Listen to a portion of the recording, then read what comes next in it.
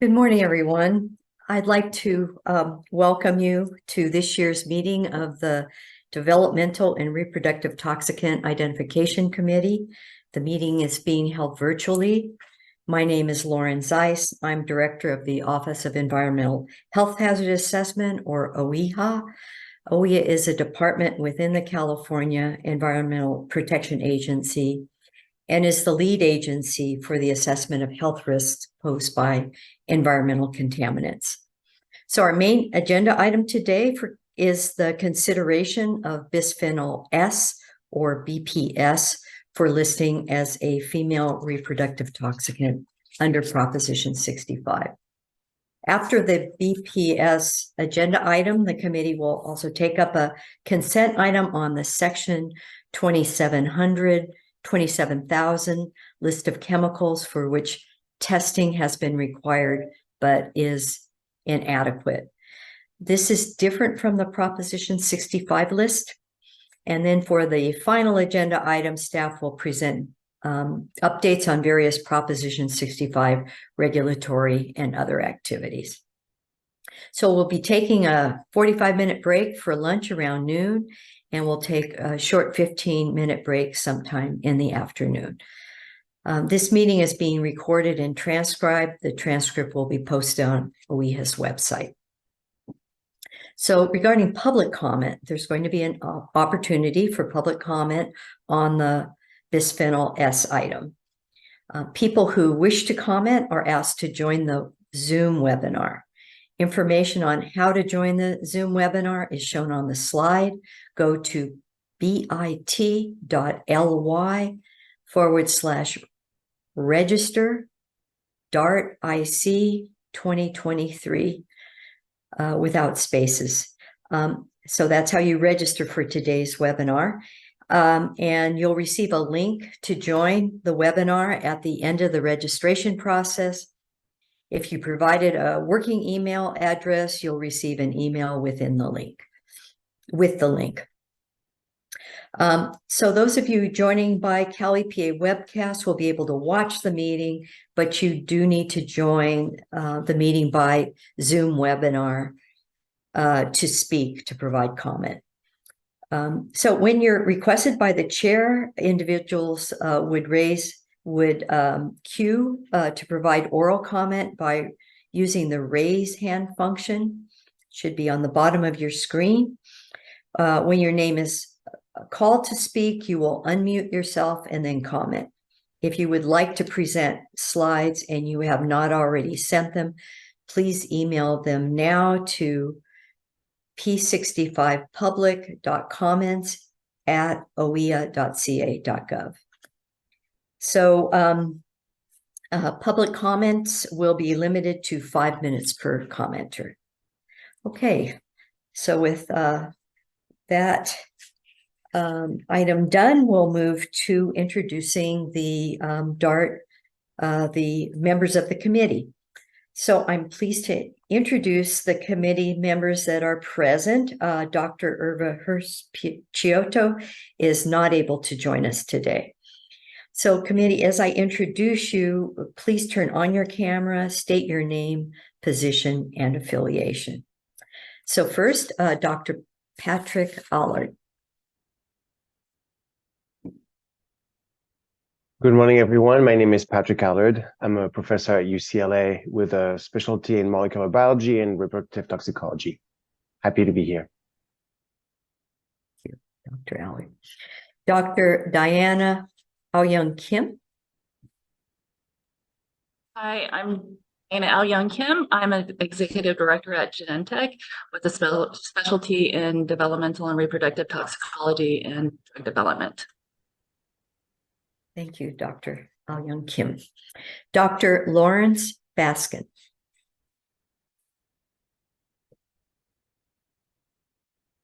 Hi, Dr. Baskin, you'll want to unmute. Can you? Yes. Hi. Okay, great. Lawrence Baskin. I am from UCSF. I am chief of pediatric urology and a surgeon scientist with an interest in developmental congenital anomalies. Thank you, Dr. Baskin. Dr. Carrie Breton. Hello, I'm Carrie Breton. I'm a professor in environmental health at USC in Los Angeles, and I'm an environmental epidemiologist. Thank you, Dr. Breton. Dr. Suzanne Carmichael. Dr. Carmichael, you'll want to unmute. Hi, everybody. I am a professor of pediatrics and OBGYN at Stanford University, and I am a perinatal epidemiologist. Thank you, Dr. Carmichael. Our committee chair, Dr. Ulrike Luderer. Good morning, everyone. I'm Ulrike Luderer. I'm a professor of environmental and occupational health in the program in public health at the University of California, Irvine. And my area of research is reproductive and developmental toxicology. Thank you, Dr. Luderer. Dr. Aydin Nazmi. Good morning, everyone. I'm Aydin Nazmi. I'm an epidemiologist and professor at Cal Poly San Luis Obispo. Thank you, Dr. Nazmi. Dr. Isaac Pessa.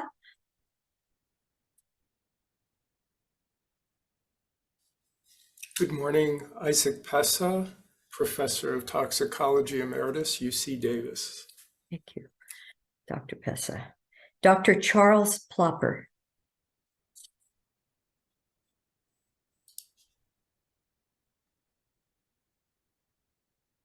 Charles Plopper, Professor Emeritus at UC Davis, area of developmental and cellular toxicology. Thank you, Dr. Plopper. So welcome, committee. We really appreciate the time you're taking today to provide your advice and judgment at this meeting. So now I'd like to introduce the OEHA staff and invite them also to turn their cameras on as I introduce them. Dr. David Edwards, Chief Deputy Director.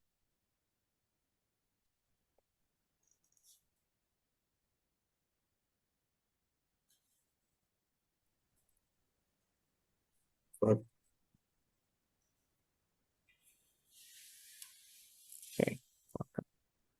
welcome. Carolyn Nelson Rowan, Chief Counsel. Hi, good morning. Dr. Kanan Krishnan, Acting Deputy Director for Scientific Programs. Hello, good morning. And now from the Reproductive and Cancer Hazard Assessment Branch, Dr. Martha Sandy, Branch Chief. Good morning. Dr. Francisco Moran, Section Chief of the Reproductive Toxicology and Epidemiology Section. Good morning. And now introduce staff from Dr. Moran's section that will be presenting today. Dr. Faye Andrews. Good morning. Dr. Erin Delker. Good morning. Hi, everyone. And Dr. Yasima Nikna. Good morning, everyone. Okay, and now from our Office of External and Legislative Affairs and Proposition 65 Implementation Program, Dr. Amy Gilson, Deputy Director for External and Legislative Affairs. Thanks for joining. Kiana Vakhefi, Environmental Scientist. Hello. Esther Baraja Ochoa, Analyst. Good morning. And now I'd like to turn it over to Carolyn Rowans for some introductory remarks about Bagley-Keene and other legal issues related to participation in this virtual meeting of the committee. Good morning. Thanks, Lauren. I just have a few reminders for the group before we get underway today. First, a reminder that the Bagley-Keene Act applies to this meeting. So please remember that all discussions and deliberations for this group need to be conducted during the meeting, not on breaks, at lunch, or with individual members of the committee, and that's on or offline. So it includes phone, email, chat, and text messages. Next, the charge for this committee has to do with the listing of chemicals for purposes of Prop 65. And the governor appointed each of you to serve as the state's qualified experts because of your scientific expertise regarding the reproductive toxicity of chemicals. You've been provided with a copy of the listing criteria that will guide your decision today. And just a reminder that the decision to list is evidence-based. And the standard is whether the chemical has been clearly shown through scientifically valid testing according to generally accepted principles to cause reproductive toxicity. So sometimes through comments, you might hear information that goes to the impact of a particular listing. For example, whether or not a warning might be required or about impacts on certain sectors of the economy.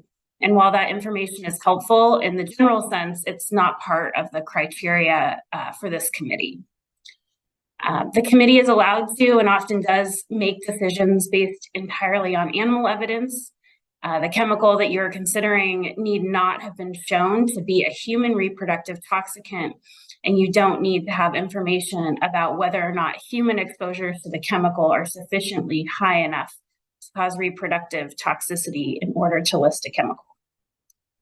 If you need more time to think about the evidence or discuss it further before making a decision, there's no requirement that you make a decision today. So please feel free to ask me or any other OEHA staff clarifying questions during the meeting. And if we don't know the answer, we will do our best to find it and get back to you. I'll be here the whole time. If I do have to step away for any reason, Staff Counsel Christy Morioka will cover for me. There will always be an attorney here if you have any questions. Any questions at this point?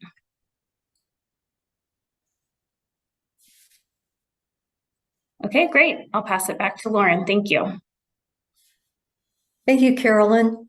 Now I'll turn the meeting over to our committee chair, Dr. Luter. Right. Thank you, Lauren and Carolyn, and good morning and welcome to all the committee members and all the members of the public who are joining today. We're now ready to move to the main agenda item for today, which is consideration of bisphenol S as known to the state to cause reproductive toxicity based on female reproductive toxicity. So the first agenda item is going to be a staff presentation by Dr. Francisco Moran, Chief of the Reproductive Toxicology and Epidemiology section. And so, Dr. Moran, I'd like to turn the floor and the screen over to you. Well, thank you very much, Dr. Luderer. Let me start by sharing my slides.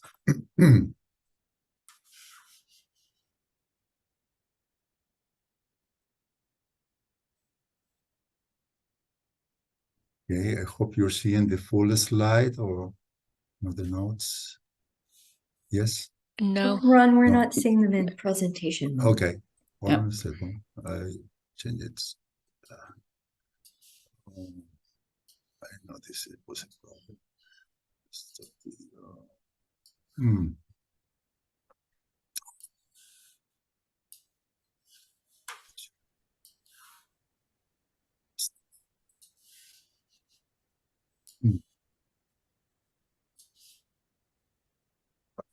That looks good. Good. No, I don't see it. Well, I don't have, you see it well, right? Okay. Let me see.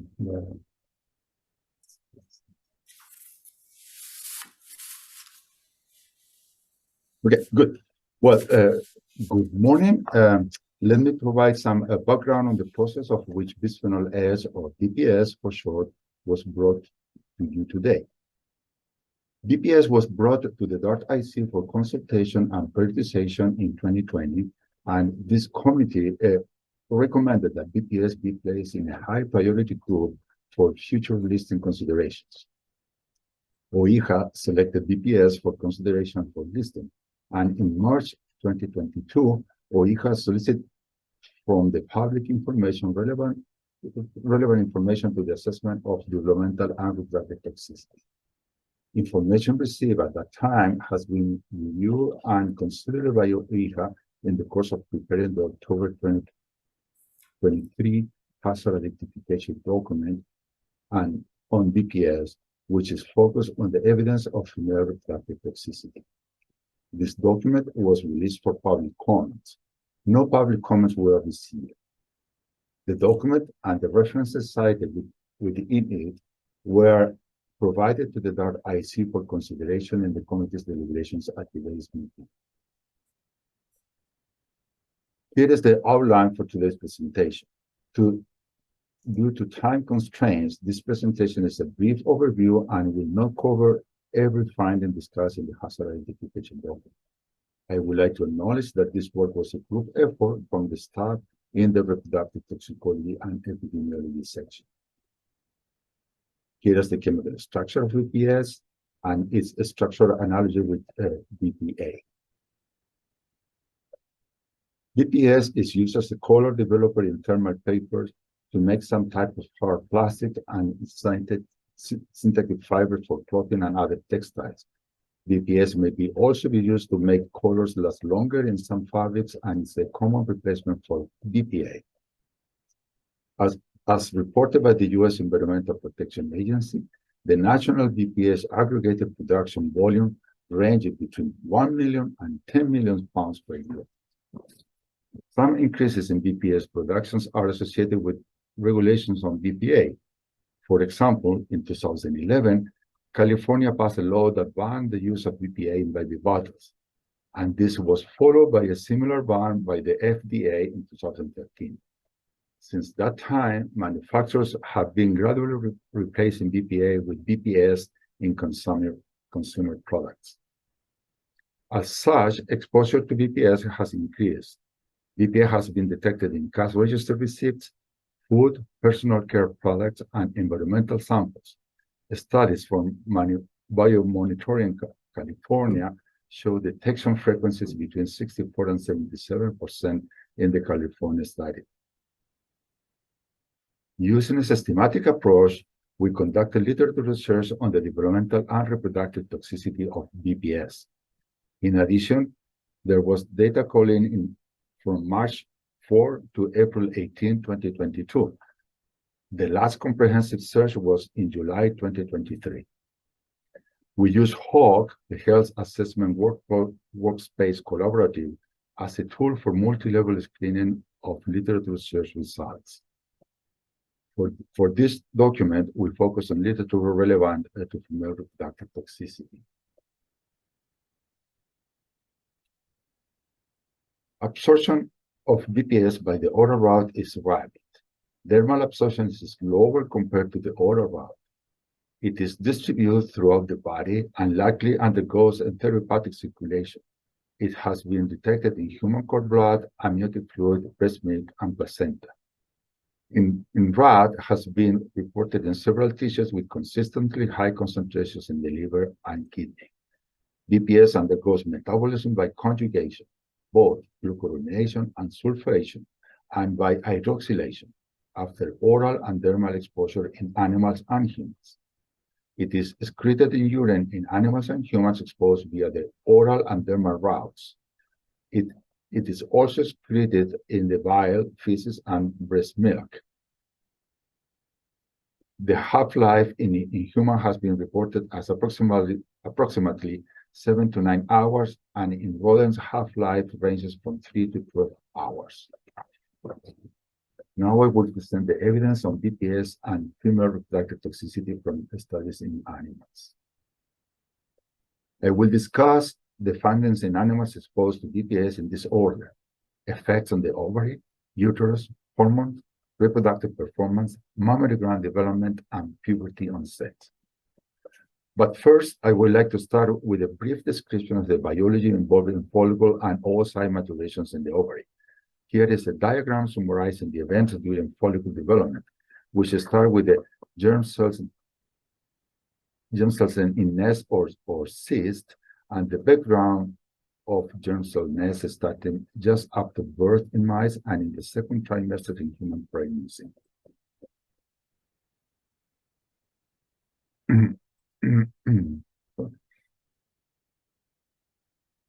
The primordial follicles that have three possibilities: follicular atresia, maintenance of primordial status, or transition to growth phase. Alterations in the process of germ cell nest breakdown include increased loss of germ cells by formation of multi-oocyte follicles or germ cell death by apoptosis. And here is the oocyte and follicle development process. From the primordial to the antral follicle ready for ovulation. This process takes about 3 weeks in mice and about 4 months in humans. And on the lower panel, there is a schematic representation of the oocyte going through the first meiotic division, a process that takes about 12 hours in mice and around 36 hours in humans. Now I will present the effect of BPS in the ovary. Before I continue, I would like to mention that most of the effects reported here on female reproductive toxicity of BPS are dependent on the doses, the time and duration of the exposure, and the timing of assessment. Most studies use the oral route of exposure. Here, I will indicate the studies using other routes in italics next to the citation as needed. Finally, all data presented are statistically significant unless otherwise described. BPS has effects on ovarian structures, including germ cells, follicles, granulosa cells, and corporal lutea, and on all sides, including meiosis progression and structural damages such as spindle malformation. Alterations in the BPS effect in the ovary and the ovarian follicle development include alterations in the timing of germ cell nest breakdown in several studies in mice, decrease in the number of primary, secondary, and antral follicles in mice and hamsters, and decrease in preovulatory follicles in chickens. Increased number of secondary follicles in mice exposed to at a higher dose, and increased number of atretic follicles in mice, rats, and hamsters. In the ovary, there was a decreased number of granulosa cell layers in mice, a decreased number of corporal lutea in rats and hamsters. BPS effect on oocyte in mice include accelerated meiotic propagation, that is, the distribution of oocyte in different stages of meiosis was altered compared to controls. An increased number of abnormal oocytes, damaged oocyte structure, and chromosomal spindle damage and spindle malformations. Ovarian effect in zebrafish include effect on the oocytes such as alterations in oocyte maturation and increased oocyte degeneration. Also, reduced gonadosomatic index was observed in females treated either as adult or as embryos. Now I will present the effect of BPS in the uterus. BPS in the rodent uterus include morphometric changes such as narrowing of the uterine cavity, reduced endometrial area, and increased number of uterine glands in mice, and histological effect such as presence of squamous metaplasia and increased cell vacuolization in rats. There was alteration in relative uterine weight in rats at different doses. Now I will present the effect on the endocrine system. BPS effects on the endocrine system, including decreased level of gonadotropins in rat, mice, and hamsters. And in zebrafish, BPS exposure resulted in downregulation in the expression of the gonadotropin releasing hormone, or GnRH, and follicular stimulating hormone subunit beta genes in zebrafish brain tissue. Changes in progesterone levels in several animal models were mixed in direction depending on the dose, time of exposure, and the time of assessment. There was an increase in progesterone receptor expression in the mammary gland in mice exposed during gestation and lactation. There was a decrease in estradiol level in serum in mice and hamsters, in plasma in rats and ewes, and in urine in mice at several BPS doses, while others studies observed increased serum estradiol level in mice. There was an increase in estrogen receptor alpha expression in the mammary gland in mice. In zebrafish, there was an increase in plasma and whole body estradiol level, as well as an increase in vitellogenin, which is a marker for estrogenic activity. Decreased estrogen receptor Alpha and beta-glucagon messenger levels were also reported. Among the effect of BPS on androgens, there were increases in serum testosterone levels reported in 3 studies, 2 with gestational exposure and assessed on postnatal day 28 or at 9 months, and 1 with exposure from birth to postnatal day 60.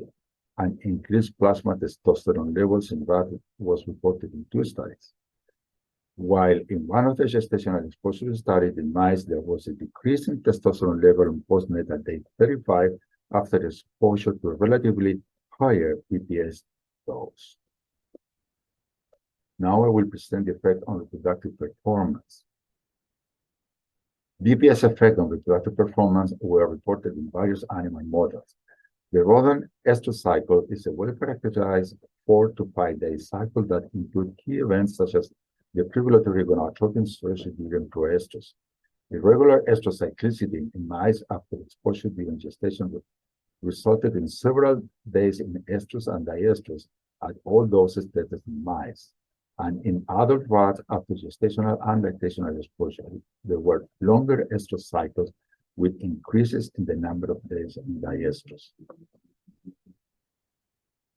Other effects include reduced fertility in rats, decreased fertilization at 10 micrograms per day, and increased fertilization at 100 micrograms per kilogram per day in mice exposed during puberty, and a decrease in vitro fertilization rate of oocytes from in vivo treated female mice, and decreased blastocyst development rates were also observed.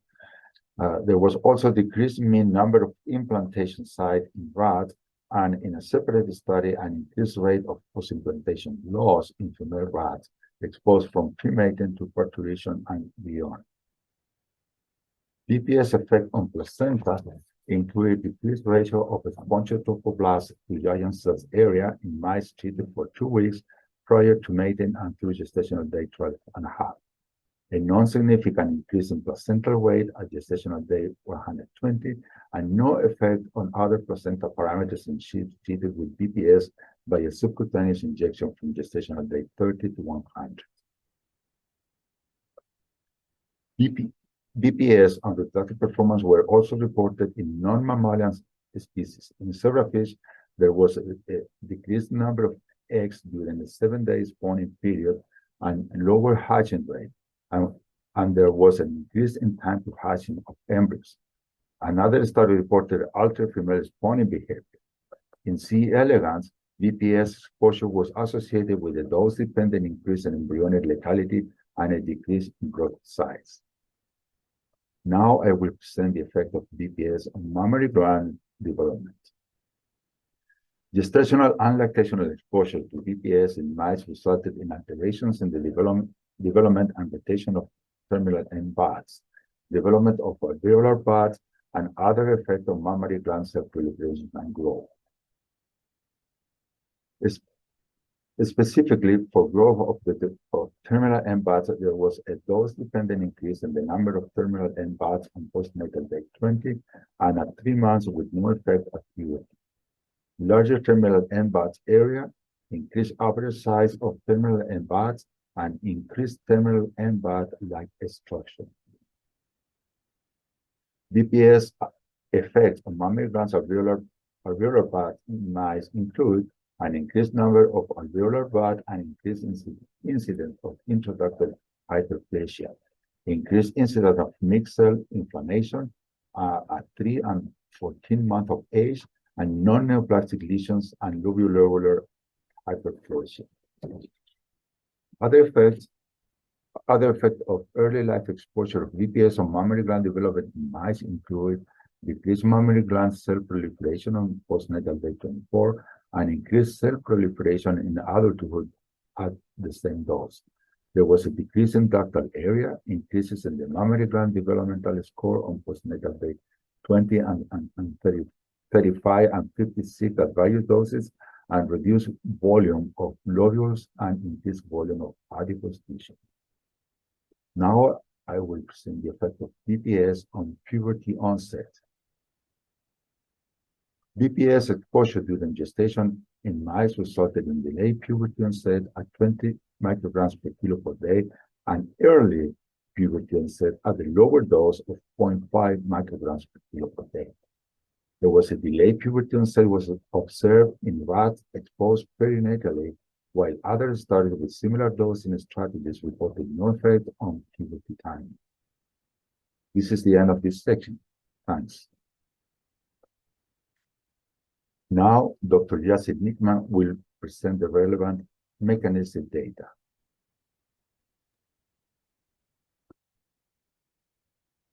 Thank you, Dr. Moran. In this section, I will summarize the findings from in vivo and in vitro mechanistic studies of BPS. I will focus on findings relevant to BPS effects on ovarian development and maturation of oocytes, effects on the placenta, and effects on the endocrine system. In vivo mechanistic data relevant to ovarian development and maturation of oocytes include changes in chromosome alignment and spindle formation in mice and C. elegans. Alterations in the expression of genes related to ovarian development and oocyte maturation in mice, chickens, and zebrafish were also reported. Other effects such as oxidative stress in rodent ovaries, apoptosis in mouse oocytes, and the germline of C. elegans, and epigenetic effects in mice such as altered histone and DNA methylation in oocytes were observed. In addition, there were changes in signaling pathway genes in mouse oocytes, including Notch2 and Jagged1, which are important in germ cell nest breakdown and primordial follicle assembly. Lastly, lipid profiles were altered in zebrafish ovaries, affecting lipids which are important in providing energy for oocyte development. In vitro studies of oocyte maturation demonstrated abnormal germ cell nest breakdown in cultured newborn mouse ovaries incubated with BPS. This was blocked by co-incubation with tamoxifen, a selective estrogen receptor modulator with the potential for both ER agonism and antagonism, which suggests an estrogenic mode of action for BPS. In pig ovary cumulus oocyte complexes, or COCs, incubated with BPS, there was a concentration-dependent decrease in oocytes reaching metaphase 1 and a failure to resume meiosis with no effect on viability. Exposure to BPS in vitro caused alterations in spindle morphology and chromosome alignment in cow metaphase 2 oocytes without altering the proportion of oocytes entering metaphase 2. In pig ovary cumulus oocyte complexes, there were alterations in alpha-tubulin assembly with a number of consequences, including concentration-dependent decrease in the number of tubulin filaments, retention of oocytes in the germline vesicle stage, arrest in metaphase 1, and spindle disorganization at all concentrations. BPS also had effects on follicular cell communication and proliferation. The figures on this slide show the relationship between theca and granulosa cells and the oocyte and follicles at different stages of development. In human and sheep primary ovarian theca cell cultures, BPS caused an increase in theca cell gap junction intercellular communication. Additional experiments indicate that BPS modulates gap junction intercellular communication in these cells through the MAP kinase pathway and partially through the PC-PLC pathways. These pathways are important for proper cell proliferation. In adult sheep ovarian granulosa cells, BPS caused a decrease in cell proliferation. BPS increased CX37 mRNA levels in cultured cow ovary cumulus cells, but not in cumulus oocyte complexes. CX37 is one of the connexins that regulates gap junctional cellular communication. In vivo mechanistic data on the effects of BPS in the placenta come from studies in mice and sheep. In mouse placentae, BPS caused alterations in the expression of several genes, including calmodulin, which plays an important role in calcium signaling. In the same study, there were changes in fatty acid levels and alterations in neurotransmitters that control autocrine and paracrine signaling in the placenta. In sheep placentae, BPS caused alterations in the level of proteins related to the proper function of placentomes and binucleate cells, which are important in proper maternal circulation and fetal-maternal exchange, and in levels of fusogenic genes that are important in placental cell fusion. In vitro mechanistic studies utilize the placental human cell line HTR8-SV-NEO derived from extravillous trophoblast cells and the human trophoblastic 3A placental cell line CRL1584. In BPS-exposed HTR cells, there was an increase in cell proliferation, which was mediated through the ER and ERK1/2 pathways. Inhibition of ERK1/2 phosphorylation by BPS induced secretion of the inflammatory cytokines IL-6 and IL-8. In the CRL cell line, BPS altered ABCB1 promoter activity. ABCB1 encodes for an important placental transporter, P-glycoprotein. The P-glycoprotein transporter extrudes its substrates from the trophoblasts back into the maternal circulation, protecting the fetus from xenobiotics. Relevant in vivo data on endocrine system effects include altered levels of hormones after BPS exposure in various species. Here's a brief summary of what was previously presented in detail by Dr. Moran. In vitro studies demonstrated decreases in progesterone in human and sheep granulosa cells, increase in progesterone in the human adrenal-derived cell line H295R, and no changes in progesterone secretion in Cal theca cells.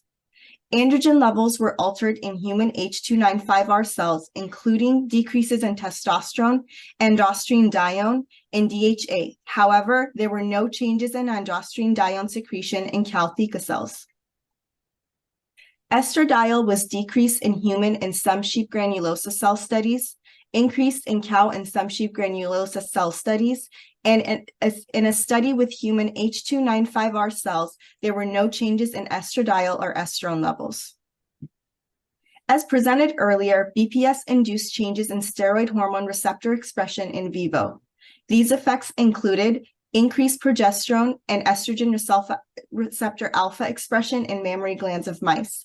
There was also a decrease in ER alpha mRNA levels in zebrafish.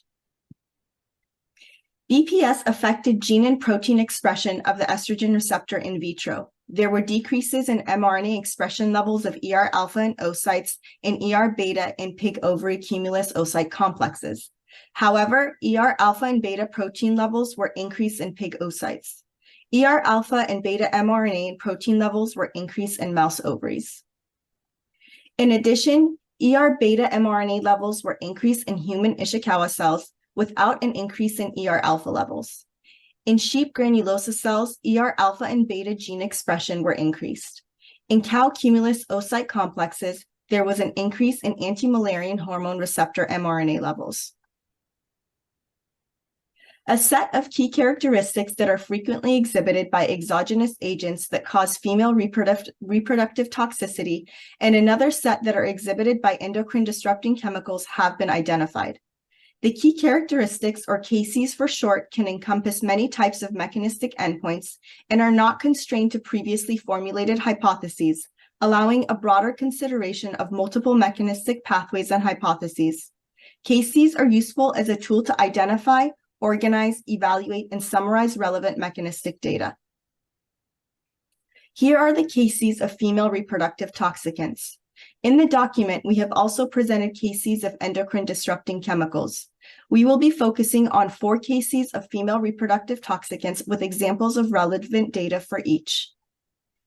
KC1 alters hormone receptor signaling, alters reproductive hormone production, secretion, or metabolism.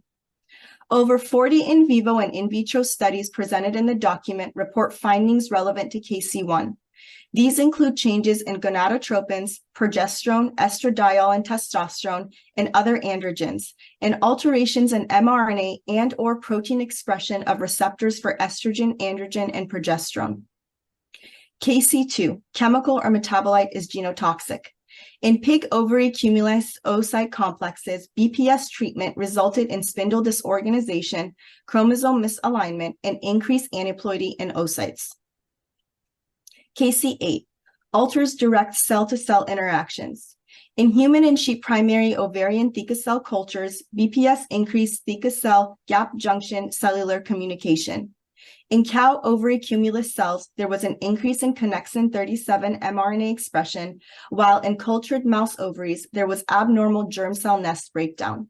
This process involves cell-to-cell interactions mediated through the ER and JNK pathways and cell adhesion proteins such as E-cadherin.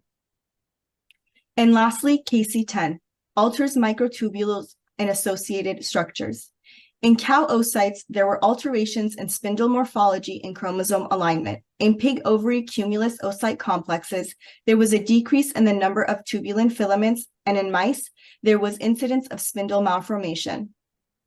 There was spindle disorganization and chromosome misalignment in oocytes from pig ovaries and in C. elegans. Now we will break for clarifying questions from the DART-IC members. Thank you. Thank you very much, Dr. Moran and Dr. Nicknam, for those presentations. I will look for raised hands from any of the panel members who may have questions. Let's see.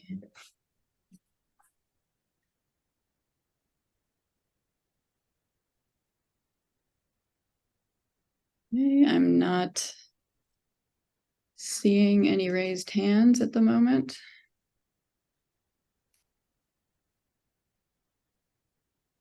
So not seeing any clarifying questions from the panel. I will then turn the presentation back to Dr. Moran, who will introduce our next presenter. Yes, okay. Thank you, Dr. Luder.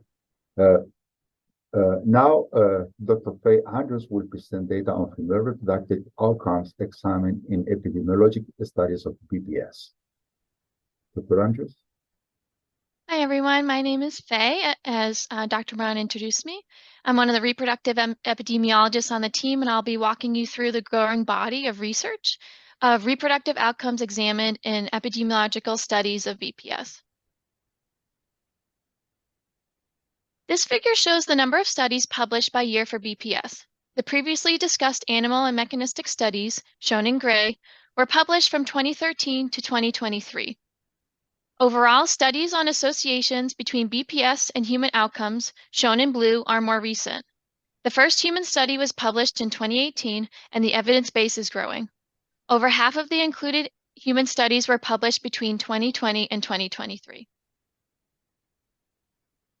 Before discussing the results of the emerging research on epidemiologic studies, we'd like to note several points. We included studies that use cross-sectional, cohort, and case control study designs. Across studies, limits of detection varied for BPS. Similarly, the proportion of samples with detectable levels of BPS ranged widely, from as low as 15% in one study to greater than 95% in others. This resulted in different ways researchers analyze BPS exposure, sometimes continuous or categorical, limiting comparability between studies. Almost all studies included measurement of multiple bisphenols, not just BPS, and on several occasions, other chemical exposures were measured. We noted in the written document when mixture analyses were used and when correlations between BPS and other bisphenols were reported. We note here that correlations between BPS and other bisphenols were generally low, in the range of 0.1 to 0.3. I'm going to take a step back and show in this graph the percent of samples with BPS detected in epidemiologic studies we reviewed. On the y-axis, each individual study is listed in the order of sample collection dates, with the most recent sample collection dates at the top of the graph and the oldest at the bottom. We have also listed on the y-axis the limit of detection in nanograms per milliliter for each study. On the x-axis is the percentage of samples, either serum or urine, with detectable levels of BPS, which varied across studies. The limit of detection, or LOD, which is listed here, for BPS varied across studies from as low as 0.002 to as high as 0.2. 3 out of the 23 studies had less than 30% detection frequency, where most studies were above 70% detection frequency. This blue arrow is indicating the introduction of BPA regulations globally beginning in 2011. As manufacturers have phased out BPA, BPS has become more common, likely due to its replacement of BPA in some consumer products. There were a wide range of female reproductive outcomes examined in the included studies. Outcomes examined in 2 or more studies included gestational diabetes, polycystic ovary syndrome or PCOS, thyroid hormones measured during pregnancy, and sex steroid hormones measured during pregnancy and in young females. There were a number of other female reproductive outcomes examined in 1 study each. First trimester BPS exposure was associated with gestational diabetes in 2 studies and with fasting plasma glucose in 1 study. The first prospective cohort study from China reported higher odds of gestational diabetes with tertile 2 BPS exposure compared to tertile 1. Similar direction and magnitude of association between the highest and lowest tertile of exposure was observed, although this estimate was not statistically significant. Associations were stronger for those pregnant people with a BMI greater than or equal to 23 kilograms per meter squared, or for pregnancies with a female fetus. Next, a nested case control study in California reported higher odds of gestational diabetes for tertile 2 and tertile 3 of BPS exposure compared to tertile 1 exposure. This study stratified by race ethnicity and reported that associations were strongest for those who identified as non-Asian Pacific Islander, which included the race ethnicities of white, Black, Hispanic, or other. No elevation of odds with changes in BPS exposure were observed for those who identified as Asian or Pacific Islander. Finally, a prospective cohort in China reported no significant associations between BPS and gestational diabetes, but researchers did report BPS was associated with higher fasting plasma glucose, and that was stronger for pregnancies with a female fetus. Here we will discuss 2 case control studies of PCOS and the associations with BPS. First, a case control study in China reported higher odds of PCOS, first with continuous BPS, as the per unit increase in BPS was associated with higher odds of PCOS. Similar associations and a dose response was seen when BPS exposure was analyzed in quartiles. Second, a case control study in Poland reported analyses stratified by tertiles of BPS exposure. This study did not report the rationale for analyzing associations between BPS and PCOS within tertiles of exposure, and the distribution of PCOS cases across tertiles was not reported, making the data from this study more difficult to interpret. Within the first tertile of exposure, BPS was analyzed as a continuous variable, and the per unit increase in BPS was associated with higher odds of PCOS. Similar direction and magnitude of association was seen in tertiles 2 and 3, although these estimates had wide confidence intervals and were not statistically significant. 5 studies examined thyroid hormones during pregnancy, usually measured during early pregnancy, and associations with BPS. Many of the same thyroid hormones were measured across studies with multiple comparisons. Generally, findings were mixed with regard to the direction of associations and the statistical significance of associations. A prospective cohort study in Puerto Rico reported higher levels of BPS in pregnancy was associated with lower corticotropin releasing hormone, and with no associations observed for sex hormone binding globulin or SHBG, estriol, progesterone, or testosterone. A case control study located in China reported that women in the control group, or in other words, women who did not have PCOS, BPS was associated with higher levels of testosterone. There were 2 cross-sectional studies using NHANES data from 2013 to 2016 of female girls and adolescents. Wang et al. 2021 reported quartile 2 versus quartile 1 BPS associated with higher testosterone to estradiol ratio, and nonlinear associations for free androgen index and SHBG and BPS respectively. Neither studies reported associations with BPS and other sex steroid hormones. Now I'll summarize recent publications from 2020 to 2023 of other female reproductive outcomes, each of which has been examined in one study each.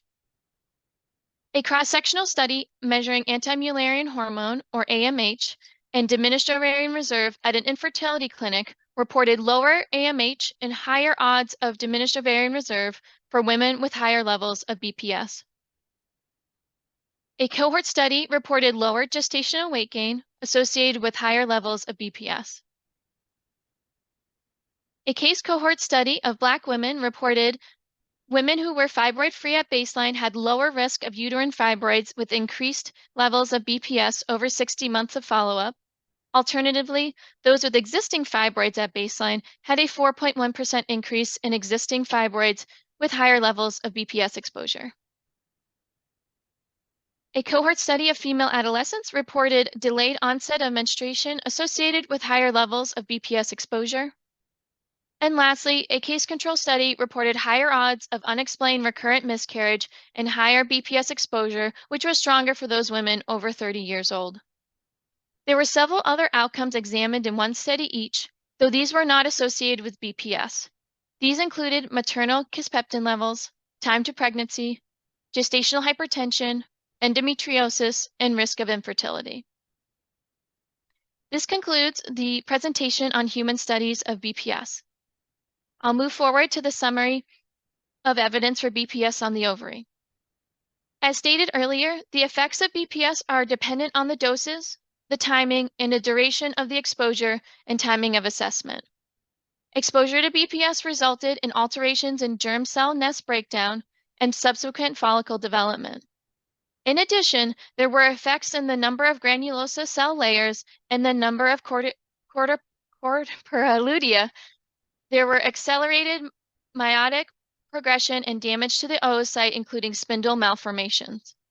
Mechanistic data included observations of altered tubulin assembly, spindle malformations, chromosome misalignment, and aneuploidy. Effects on the follicular cell interactions and proliferation were also reported. In humans, higher BPS levels were associated with higher odds of diminished ovarian reserve in one small study and PCOS in 2 studies. Here's a summary of the evidence for the effects of BPS on the uterus and placenta. BPS affects the rodent uterus, BPS effects in the rodent uterus include morphometric changes such as reduced uterine cavity and endometrial area.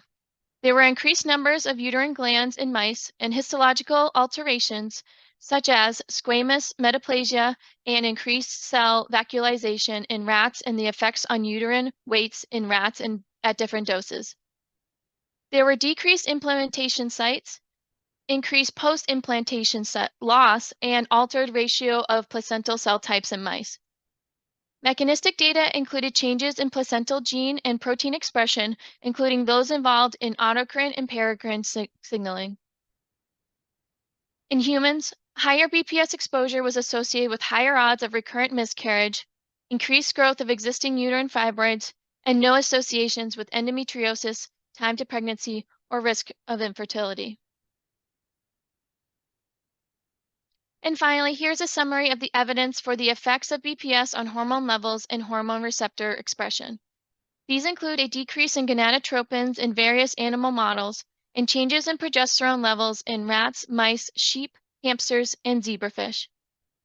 There were decreased estradiol levels in mice, rats, sheep, and hamsters, while other studies observed increased serum estradiol levels in mice at different times and doses. There were also increased testosterone levels in mice and rats, and a decrease in testosterone levels in mice at relatively higher doses. There were also effects on gene and/or protein expression of several hormone receptors. No associations between BPS exposure and progesterone or estradiol in humans were seen, although there were changes noted in AMH, which is associated with ovarian reserve, and corticotropin-releasing hormone. There were inconsistent thyroid hormone associations and higher testosterone in adult women in one study. 2 studies reported higher odds of gestational diabetes within specific groups of their populations, and 1 study reported the delay in onset of menstruation. Thank you very much. This concludes our presentation. Thank you very much, Dr. Andrews, Dr. Nicknam, and Dr. Moran. We now have time for clarifying questions from the members of the committee. So please raise your hand if you have any clarifying questions, and I will call on those who raise their hands.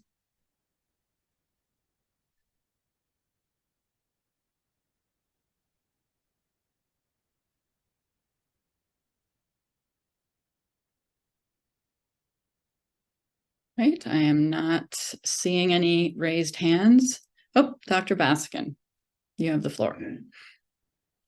Fantastic presentations, and thank you for the accuracy and the thoroughness.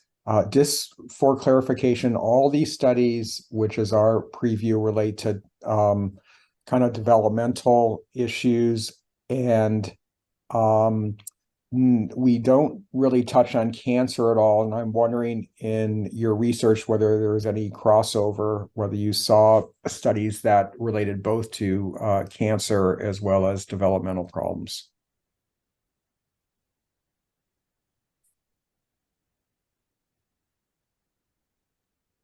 And you're referring to epidemiological studies specifically, Dr. Baskin, or any of the studies? Also, some of the animal studies too, when you, there seems to be a bit of crossover, and it seems like it was nicely kind of partitioned out. Right. Let me start by answering. In our systematic literature research, we concentrate, on developmental and reproductive search as a key words in the search. So normally we don't get much cancer data, but from now and then there are some publications that I cannot retrieve. I cannot say much now, but it's not in our. It's not in the result of our search. Thank you. Yes. Other questions from committee? Dr. Sandy, do you want to comment on that as well? Yes, just to expand on what Dr. Moran has said, we did not see in the literature that came up in the search any reporting of cancer in either the animal studies or the epidemiologic studies. And this is maybe a clarifying question for the staff. I assume that the search is set up the way it is because that would be more under the purview of the Carcinogen Identification Committee. Is that correct? That's correct. Yes. Thank you. Any other questions from panel members or comments from staff? All right, not seeing any, then we'll now move on to hear from the individuals designated as initial discussants. And so we're going to start with the epidemiology studies, then move on to the animal studies, and then finally the mechanistic studies. So for the epidemiology studies, we have Doctors Breton, Carmichael, Baskin, and Nazmi. And so we will go in that order, beginning with Dr. Breton. Okay, so just to clarify, since I'm starting this off, you just want me to review sort of my thoughts and opinions of these various studies? Yes. And okay, under the categories. Okay, so I'll do that.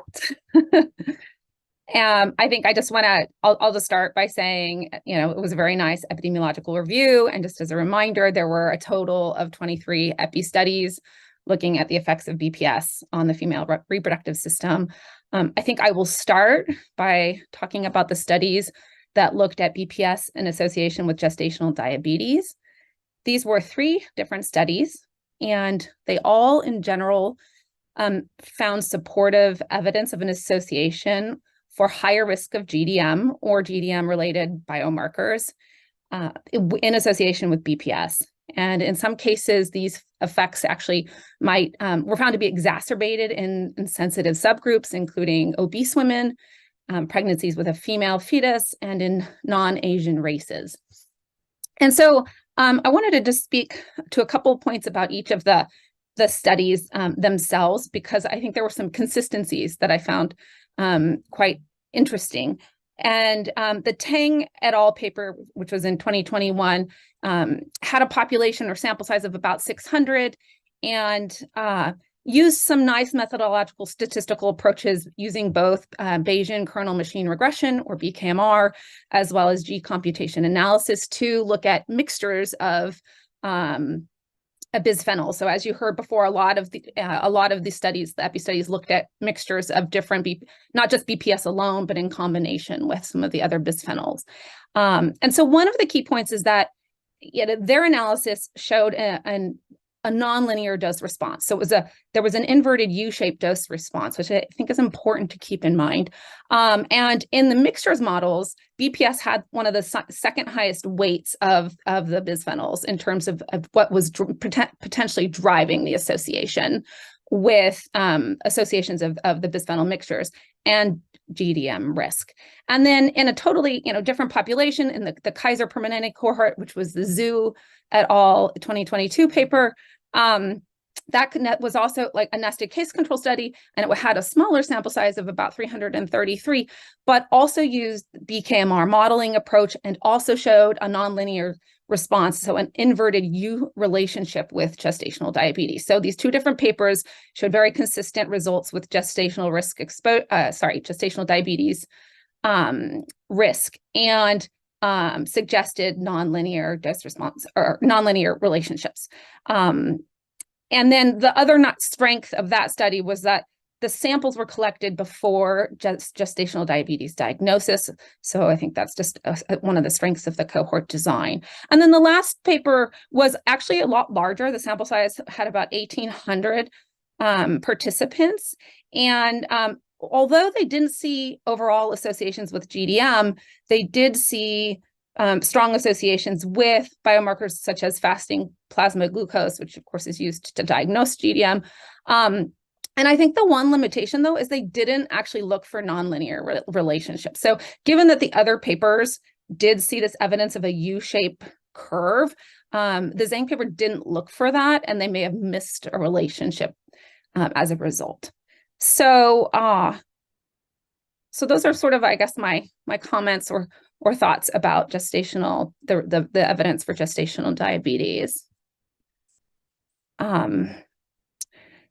The next topic would be, or next outcome would be the evidence looking at thyroid-related hormones. And there were 5 papers in total, 4 that were cohort studies and 1 that was a nested case control. And I think part of the challenge with this body of literature is that, and this was alluded to before in the presentation, is that all of them seemed to evaluate or to observe slightly different relationships with different thyroid hormones. So it's sort of a mix of results, broadly speaking, within the context of thyroid hormone data. One of the studies, I would say the case control study in particular, I had some concerns with. So I just want to share those. That for starters, the frequency, the percent of samples below the limit of detection was actually really high in the study, so at 73%. So that really limited their ability to do much in terms of statistical analysis. They had to dichotomize their analysis into basically, present or not present in the participants. In addition, it was a nested case control that was enriched for preterm births, which complicated some of the interpretability of the findings, and generally they did not observe very many associations. The other 4 studies are cohort studies, and I think probably the most consistent results are either significant or non-significant, but suggested increases in FT4. So that was observed in several of the studies. Again, complicating, I think, some of the interpretation from some of these papers is the fact that there is some suggested evidence for nonlinear relationships, and many of the studies didn't actually look for that. So, for instance, let's see.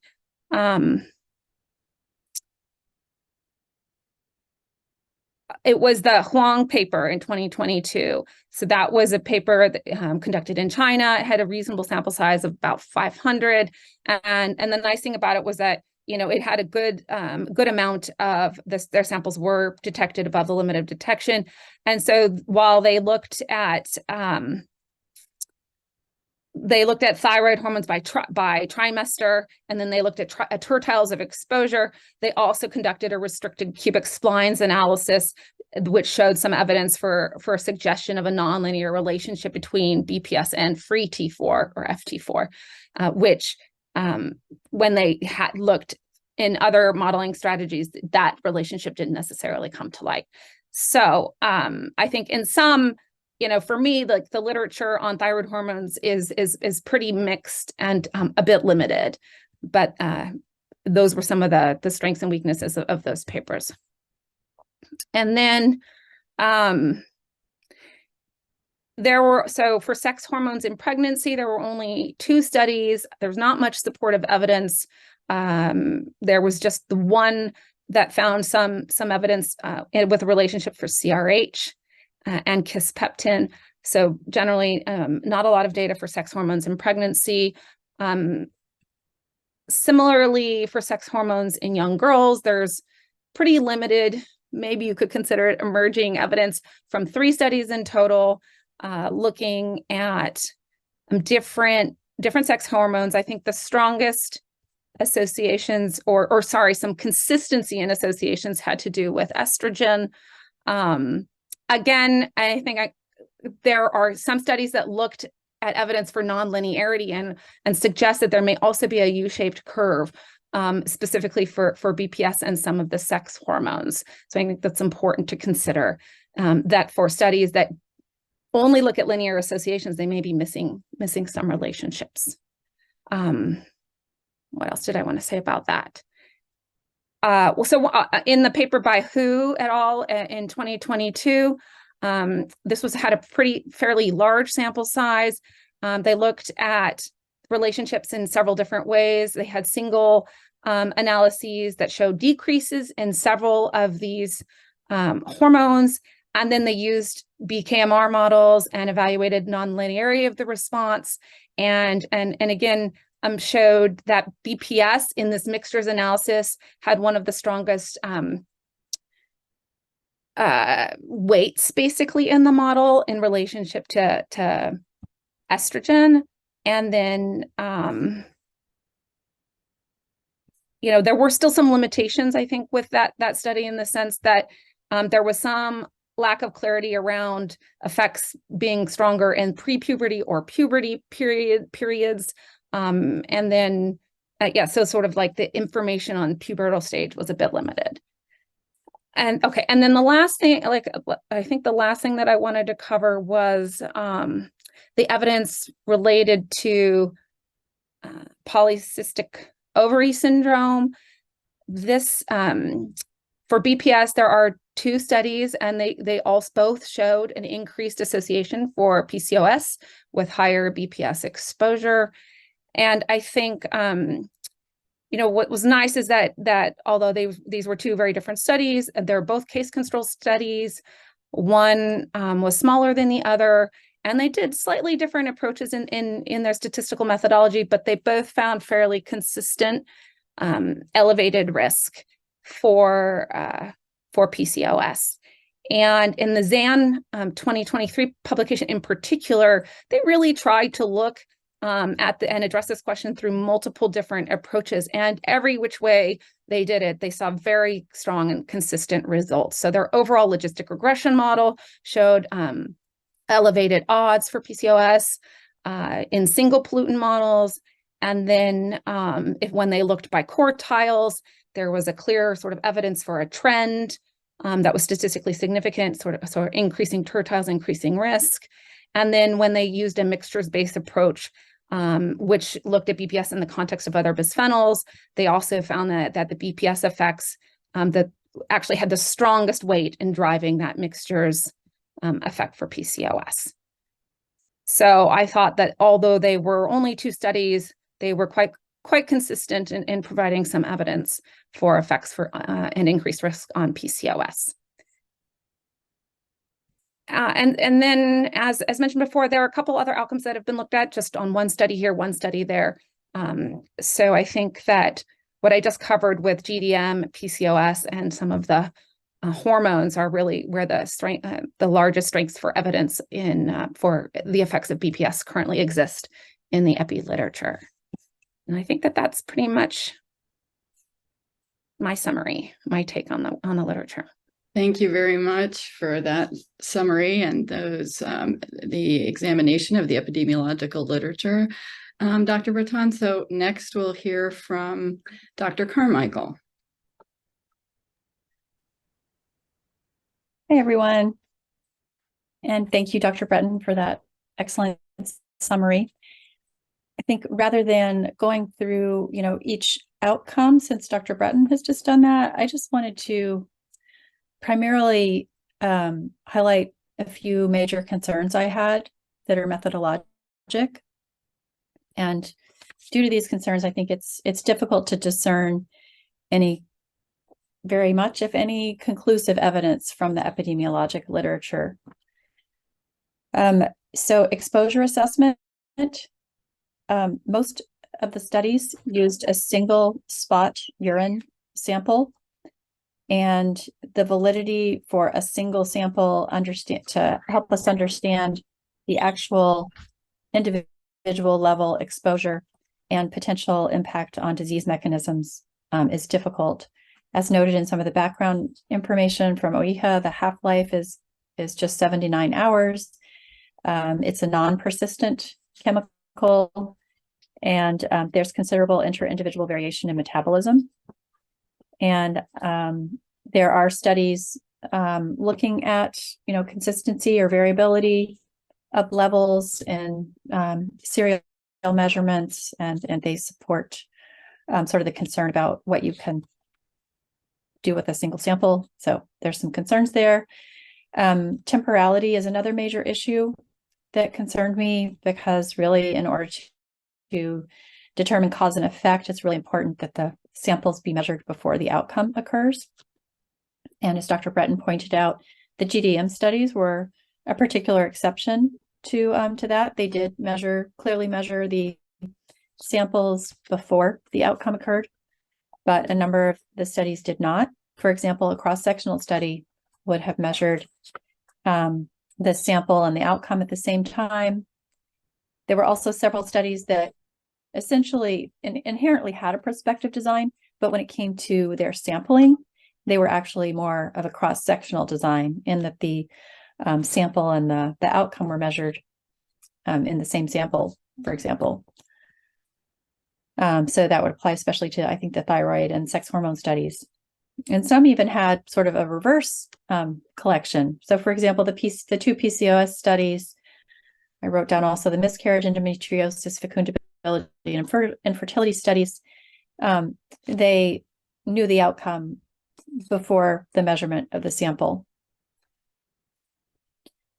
And then just to reiterate what's already been said, exposure assessment, there was some variability.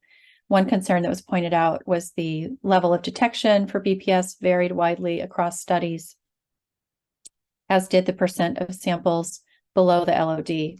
So I think it was pointed out that there were at least 3 studies that had, I think it was greater than 70 or so percent of samples below the limit of detection. But there were also 3 studies that used data from the Generation R study in the Netherlands.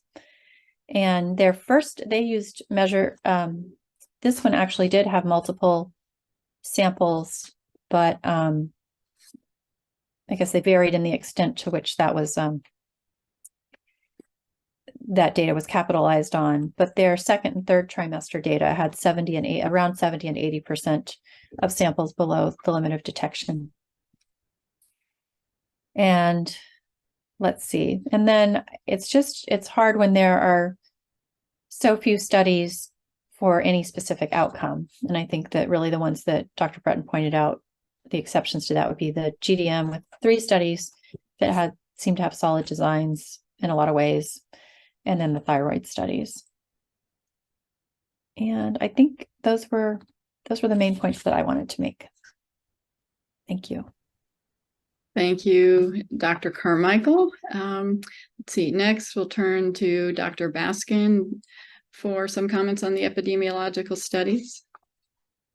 Not a huge amount to add from Dr. Carmichael and Dr. Breton. I think the 2 areas where there was the most evidence that BPS certainly has a deleterious association would be the diabetes study, the 3 diabetes studies, 2 from China, 1 from California.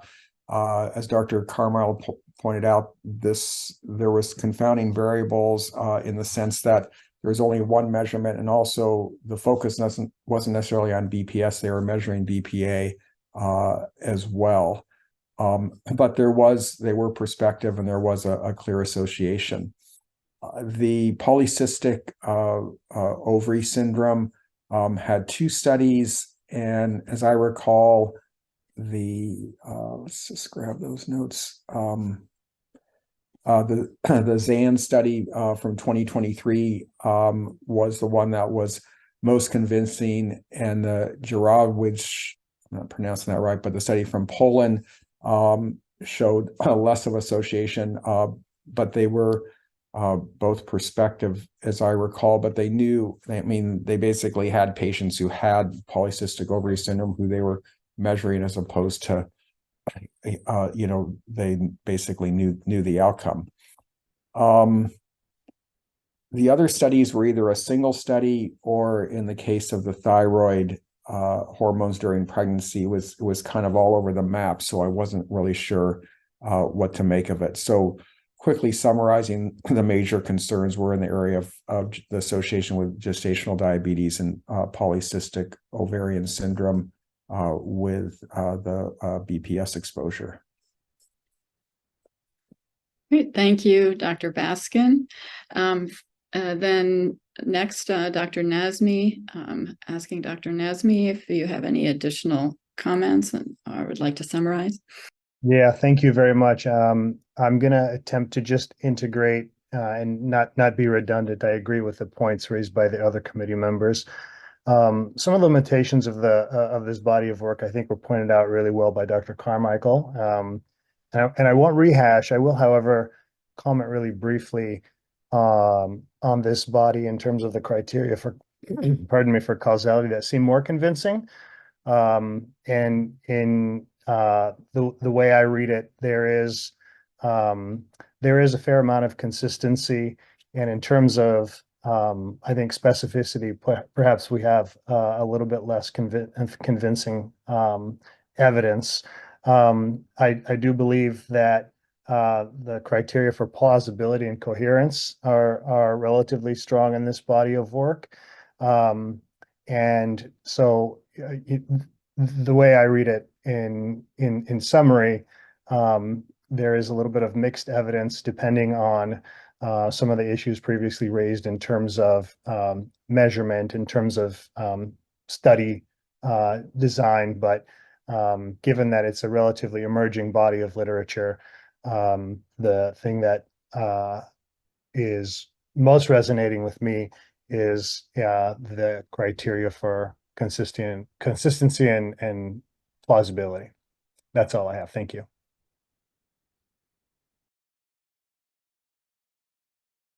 And can I just clarify? I'll start with a clarifying question, Dr. Nazmi. So the evidence for coherence and plausibility, is that in a particular subset of those studies that you were referring to?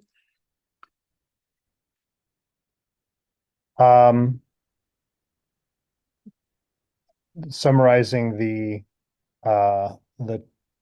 23 studies, the 23 human studies. Or hold on. I was wondering if it was a particular one of the endpoints that you thought was more consistent.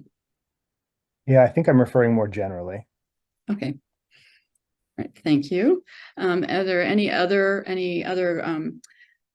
questions or discussion from other committee members regarding those epidemiological studies? We're going to have more time for discussion later, but just since we've just heard the presentations of the epidemiological studies, are there any questions or comments from other members or from the Dr. Breton, Carmichael, Baskin, or Nasmi? Other comments?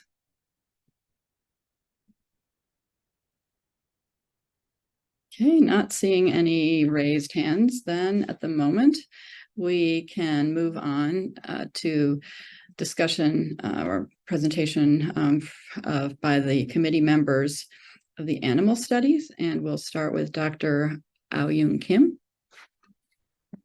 Hi. Thank you again for the OHIA staff for the preparation of the document, as well as a nice presentation that was presented earlier in this meeting. That reviewed the 43 in vivo studies that evaluated bisphenol S for as a reproductive toxicant, a female reproductive toxicant. And so as indicated, most of the studies that were conducted in this past decade, mostly the latter half as a result of the increased BPS used as an alternative for BPA. It is a very complex data set because there was a big mixture of studies in different species, different time periods of exposures, some of them being pre-mating all the way to multi-generational, different dose routes, oral gavage being the primary, but there was also some sub-Q and IP injections. The number of animals on studies varied from, I think it was like 6 to 24 per group, and there were different dose levels. Some of them were in the estimated human relevant range to high doses as high as 1,000 milligrams per kilogram. The research was conducted by academic labs with data published in high impact peer-reviewed journals. And then also some studies were conducted on behalf of the chemical companies at contract research organizations. In general, the data were of adequate quality for assessment. And so, with the different data sets, I'm going to talk in general that, in some cases, the results seem to be mixed. In the ovary weight, uterine weight, progesterone, testosterone levels, puberty onset, the estrous cycles and mammary gland development. And that was largely due to, the dose levels that were used, as well as the period of exposure and the different species.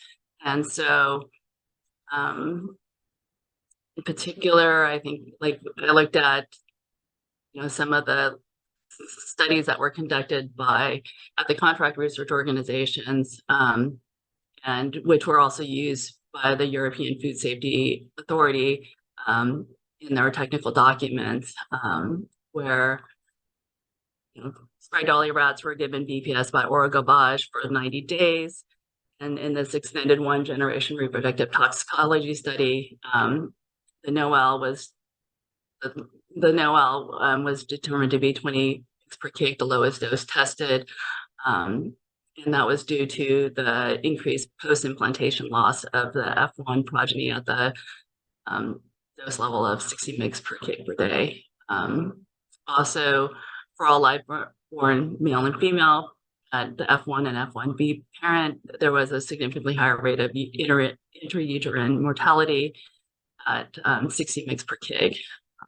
That was considered adverse. However, in a study conducted in the same lab in pregnant Wistar rats, dosed at higher doses up to 300 mg per kg by oral gavage for a shorter duration, from GD6 to GD19, and the evaluation was done at GD20, there was no effects on the post-implantation loss, and that was the BASF study 2014. At the same And the same was also seen in mice, and also in mice, C57 black mice. They were given a lower dose of 0.2 mg per kg by oral gavage in the mouse study, and there was no effects. So, this is just an example of some of the things that we were seeing effects, but not consistent in all the studies. And so, I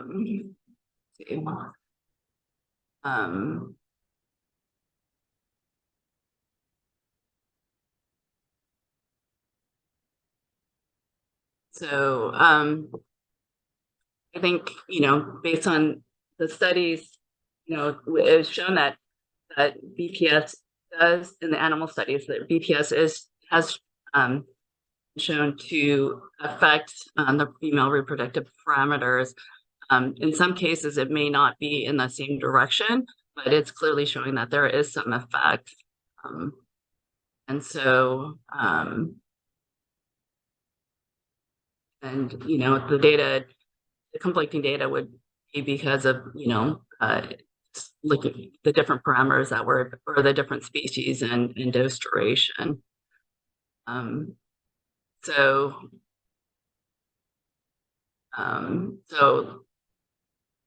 think it does show some evidence that there is some effects seen in these animal studies. Okay, thank you very much, Dr. Ayun Kim. Next, move on to Dr. Plopper to summarize his perspective on the animal studies. Okay, thank you.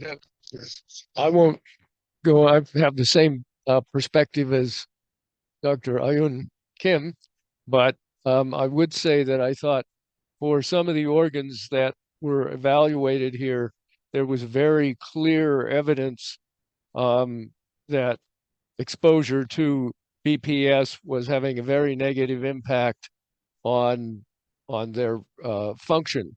And the ones that I was most concerned about were the ones in the ovary, which, of course, the ovary goes through at least 4 or 5 different processes of development up to generating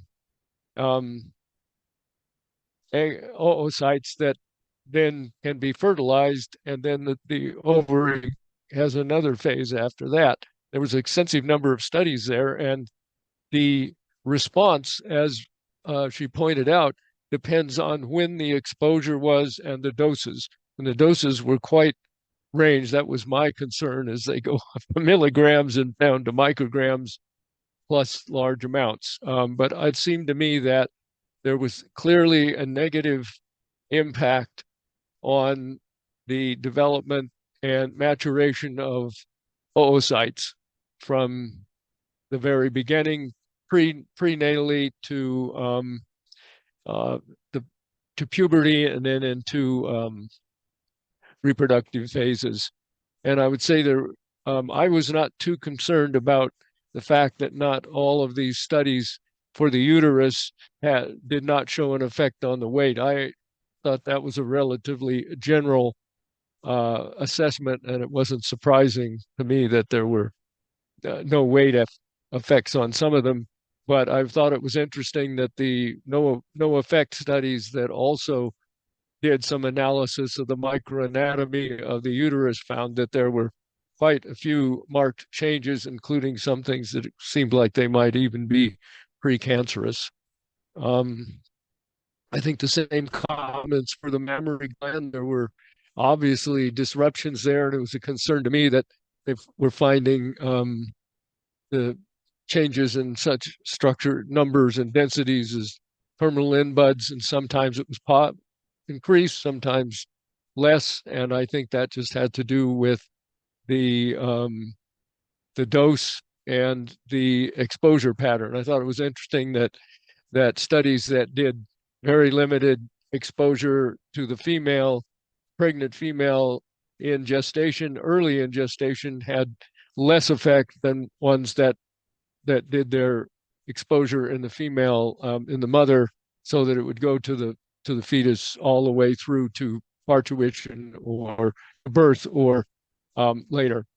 I would say one other thing there was, I would not be concerned about the fact that there appeared to be no effect of this compound in sheep, in ewes. And I will just say, having dealt with ewes for a number of years in teaching in the veterinary school, it's a ruminant for one thing, and it has a very thick subcutaneous adipose band, and all these the studies use subcutaneous injections, and I guess since they didn't measure what actual concentration or dose was in the either in the plasma or in the urine, it's not really clear.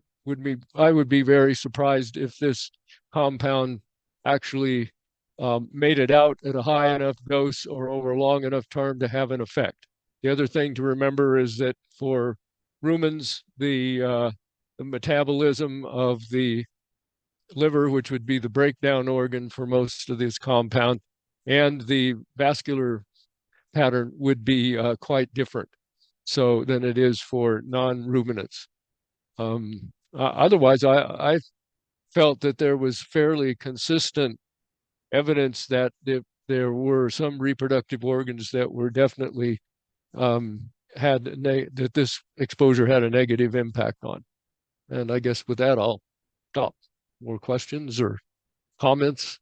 It obviously had, maybe we'll hear from the mechanistic folks, but it obviously had some negative impact on the critical hormones that were involved in the developmental process for the reproductive organs.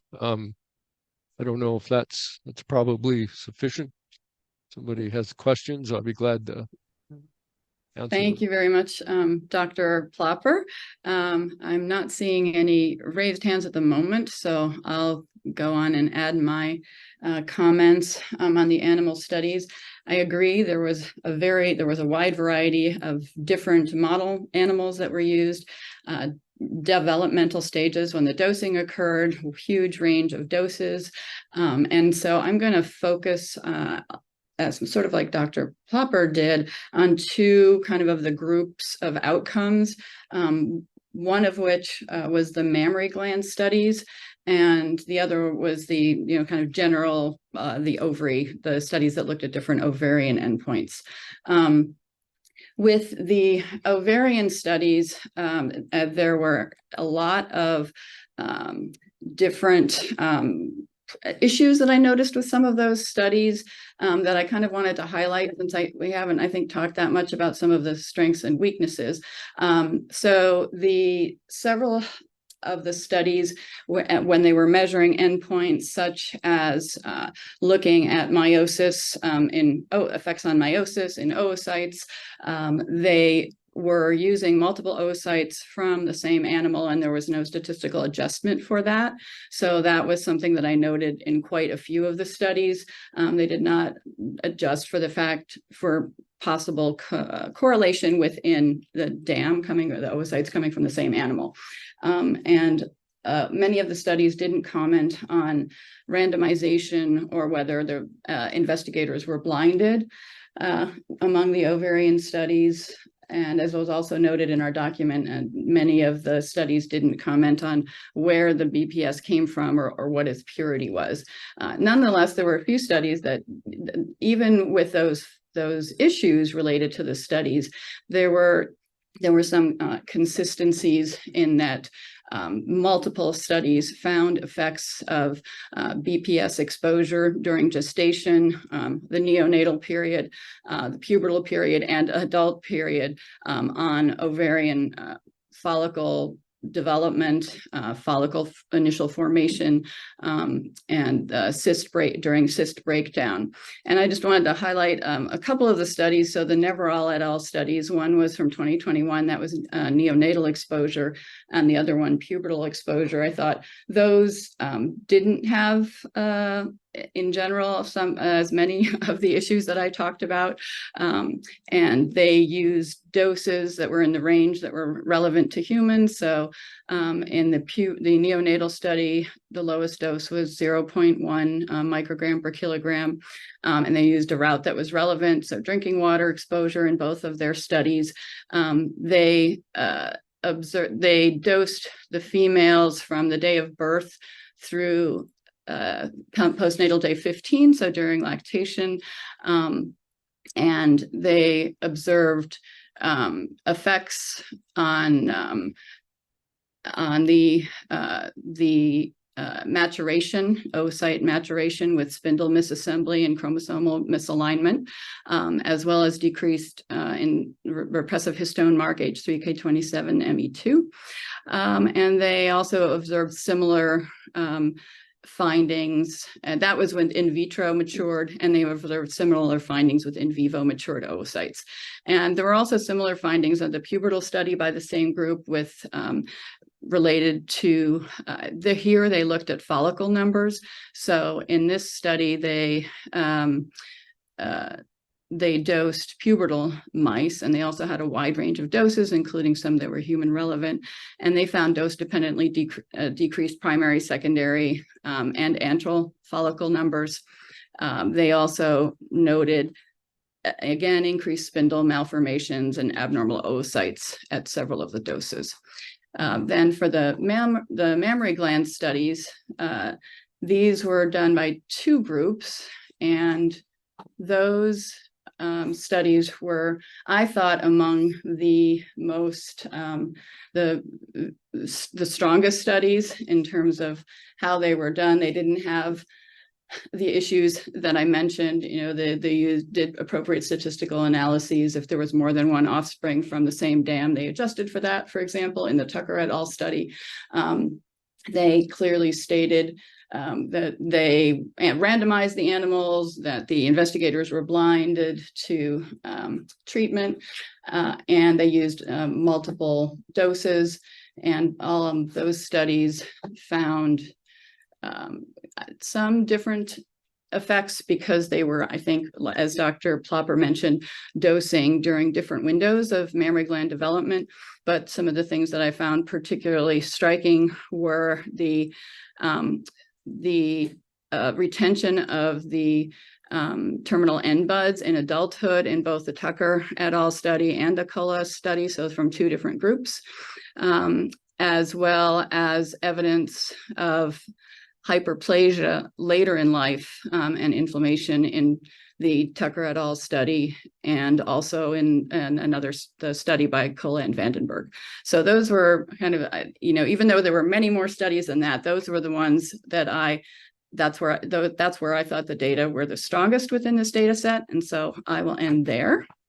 I will then like to see if there are any questions at all or comments from any of the committee members relating to the animal studies. Dr. Breton. Hi, yeah, I just had two questions actually, and maybe I missed this, but would you say for the majority of the studies, was the dosing generally representative of human ranges, like for most of them?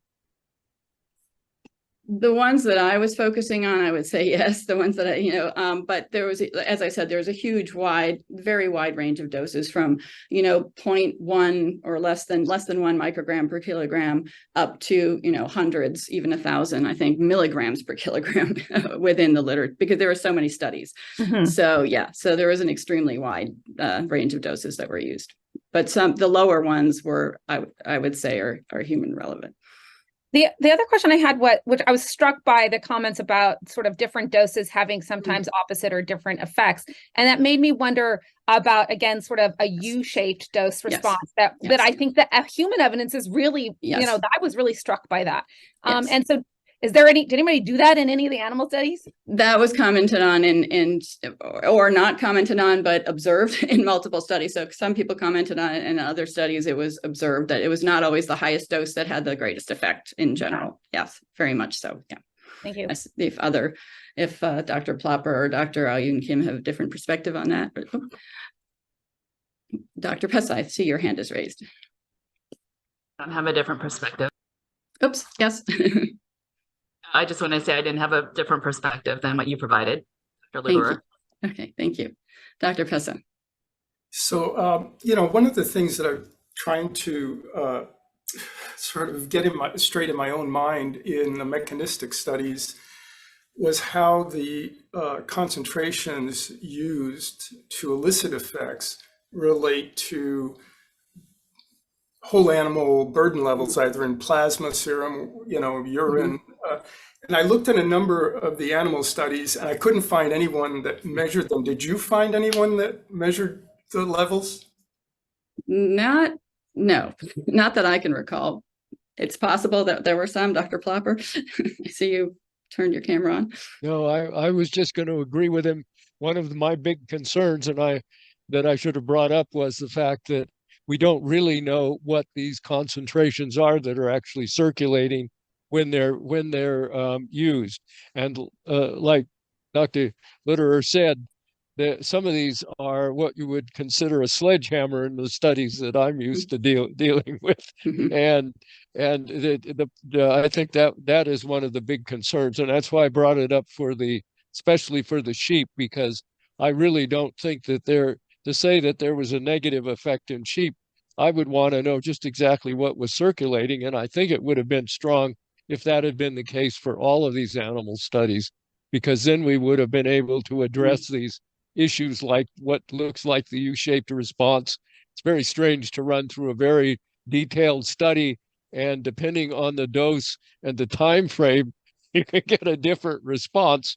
It's looking at the same time course. So I just wanted to say no, there weren't any, and that was a big disappointment. Thank you. Okay, let's see.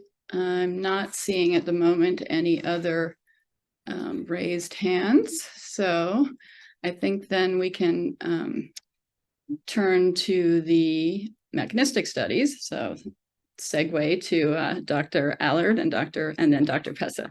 Dr. Allard. Yes, thank you, Dr. Luderer. So I just want to frame how I'm going to approach this review here, which is that my goal was not to compile every potential set of evidence and relate all potential modes or mechanisms of action that BPS has been implicated in, but instead, what I try to do is use an adverse outcome pathway framework and consider the studies that I felt align with each other into a biologically plausible mode or mechanism of action. And so of the studies that were presented, and also, of course, looking outside of the studies present in the hazard identification document, there were 4 points I wanted to make, and I'll start with the first point, which was really the set of evidence that I found to be the most compelling, and that was already mentioned on the animal evidence review that we just heard, which was the effect on meiotic maturation. So again, that to me is the strongest set of evidence in terms of a mode of action of BPS. I think the mechanism of action there is still a little bit unclear. But the reason why I felt it was so compelling is because first, there were many studies that showed a failure to complete meiotic maturation. Not all studies agreed on that, but overall I felt, or I saw that many studies reported this arrest during meiotic maturation. So as oocytes transition between prophase 1 and metaphase 2, this was associated with an aberration in spindle morphology and chromosomal alignment, which is very concerning because that can be the genesis for aneuploidy. And what was really noteworthy as part of these studies was the fact that these effects were observed. We're just talking about concentration, but these effects were observed sometimes at very low, surprisingly low BPS concentrations, often in the nanomolar range, or even lower. And so in this campanidal study with cow oocytes, they even went down to the femtomolar levels. The other part that was noteworthy to me was the fact that these effects were described in multiple species. We also heard some comments about that on the animal side, but cow, pig, and mouse, when performing these studies, and I should say that these studies are, I think most of them are in vitro studies. So you collect the ovaries, you release the oocytes, and then you can add the compounds in these arrested oocytes and then monitor what's happening to them.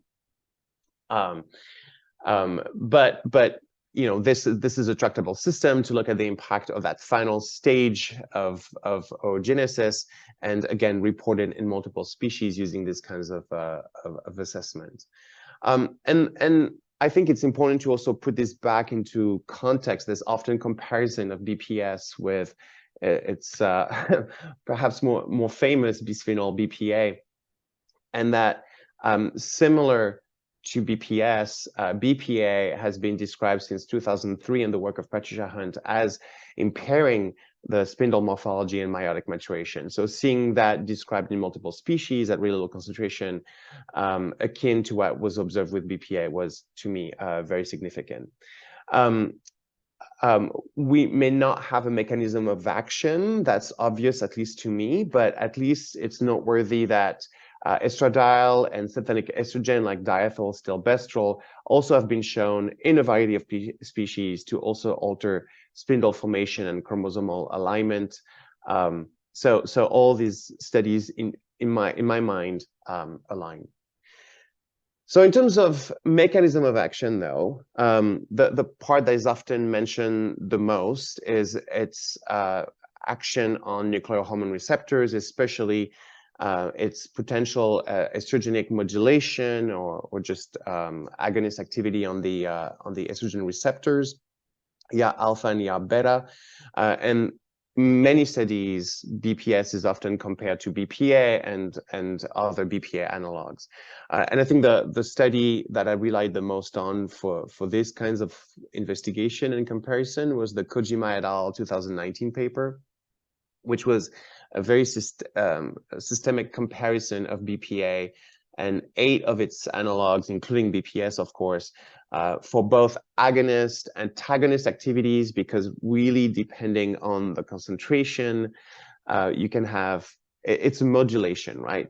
It's not necessarily just agonist or antagonist. And they looked at the human estrogen receptors, so alpha and beta, estrogen receptor, glucocorticoid receptor, pregnenin X receptor, and the constitutive androstenedione receptor. So it was a very comprehensive study testing a reasonable range of concentration.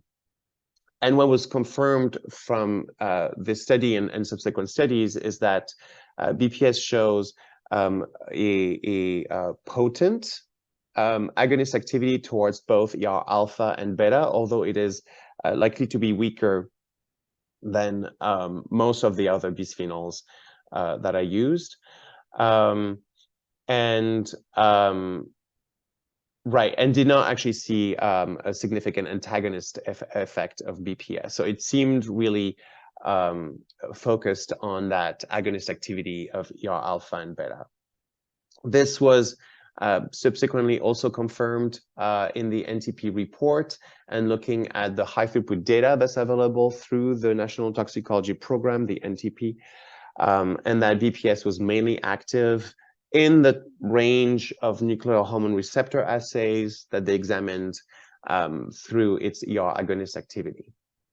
But what I think, while its activity on nuclear hormone receptor is often mentioned, I think what we need to keep in mind is that ultimately it is not just a BPA-like chemical, and so that's also mentioned actually in the NTP report on BPAs and alternatives. That actually, when you look at the collection of high throughput outcomes where BPS has been tested alongside BPA and many other analogs, actually BPS is quite dissimilar to BPA, one of the most dissimilar.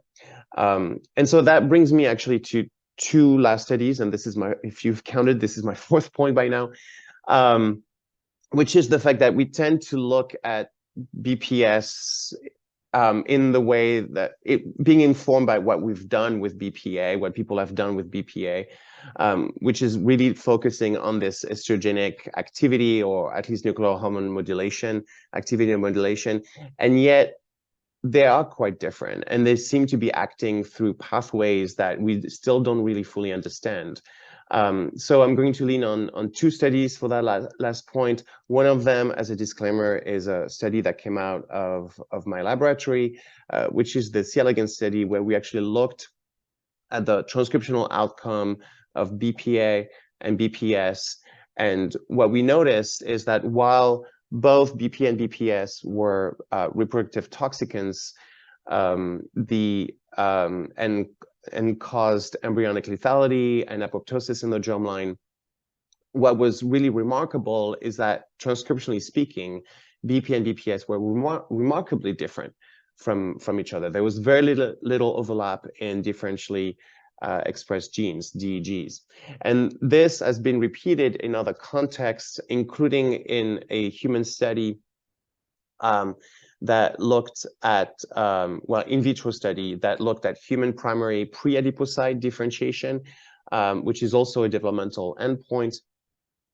And they did similarly a RNA-seq comparison of BPA and BPS, and so a really minor overlap, I want to say, between BPA and BPS. So while we tend to focus on its hormonal activity as a mode or mechanism of action, I think it's clear that there's more to it than just that.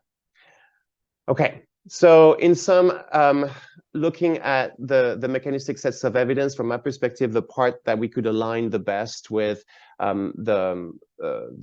least the animal studies that were mentioned was the impact on chromosome misalignment and alteration in the meiotic spindle. This again aligns with what we've known of other bisphenols, but also of estrogenic compounds such as DS and estradiol. And that therefore this in my mind, from a mechanistic standpoint, is a very strong set of evidence that links directly with reproductive performance and reproductive toxicity. And I'll end my comments there. Thank you. Thank you, Dr. Allard. We now have time for some full committee discussion about any of the studies that were mentioned, or other studies that were perhaps not mentioned. If anyone has any additional comments. Did you want my 2 cents on mechanistic studies? Oh, no problem. Sorry, Dr. Pessa. I guess I'm like running off to lunch here or something. Sorry about that. My apologies. Yes, of course I do. So Patrick brings up a very important point. It's clear from the mechanistic data available in the literature that BPS is active, but it's also clear that it's not BPA.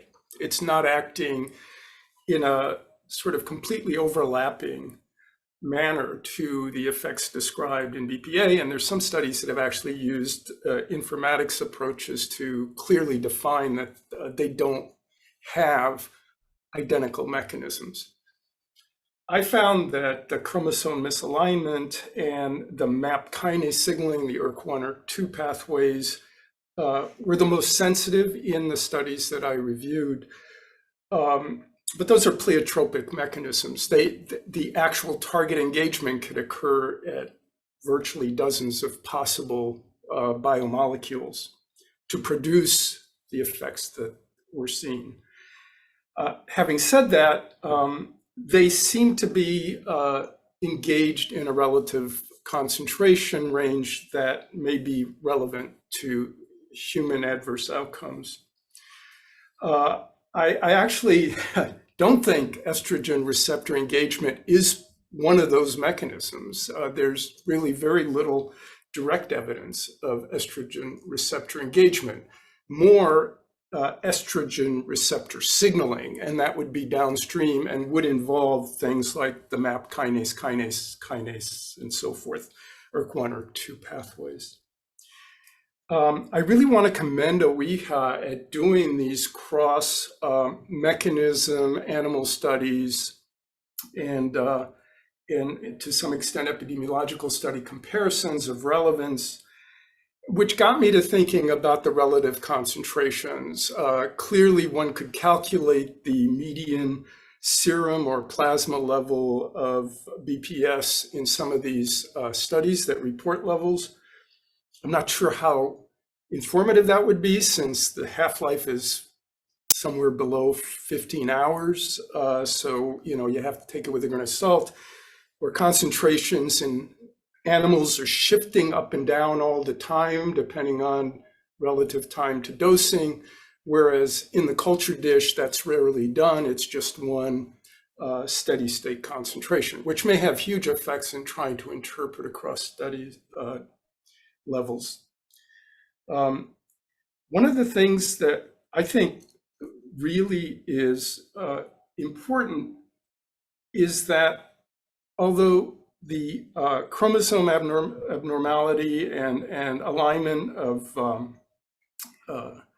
chromosome alignment and spindle abnormalities, which is one of the most sensitive biomarkers of BPS, if you look at those studies, the dose response curves are convincing to some extent, but they're definitely not U-shaped. So I think in that respect, one has to say we may not be looking at common mechanisms or even phenomenon in those studies.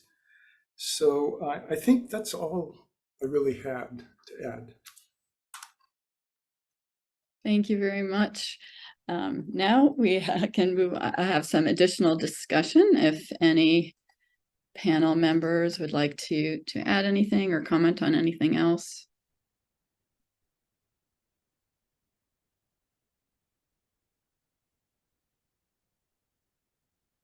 Not seeing any raised hands at the moment, and it is very close to noon. Oh, Dr. Sandy and Dr. Moran.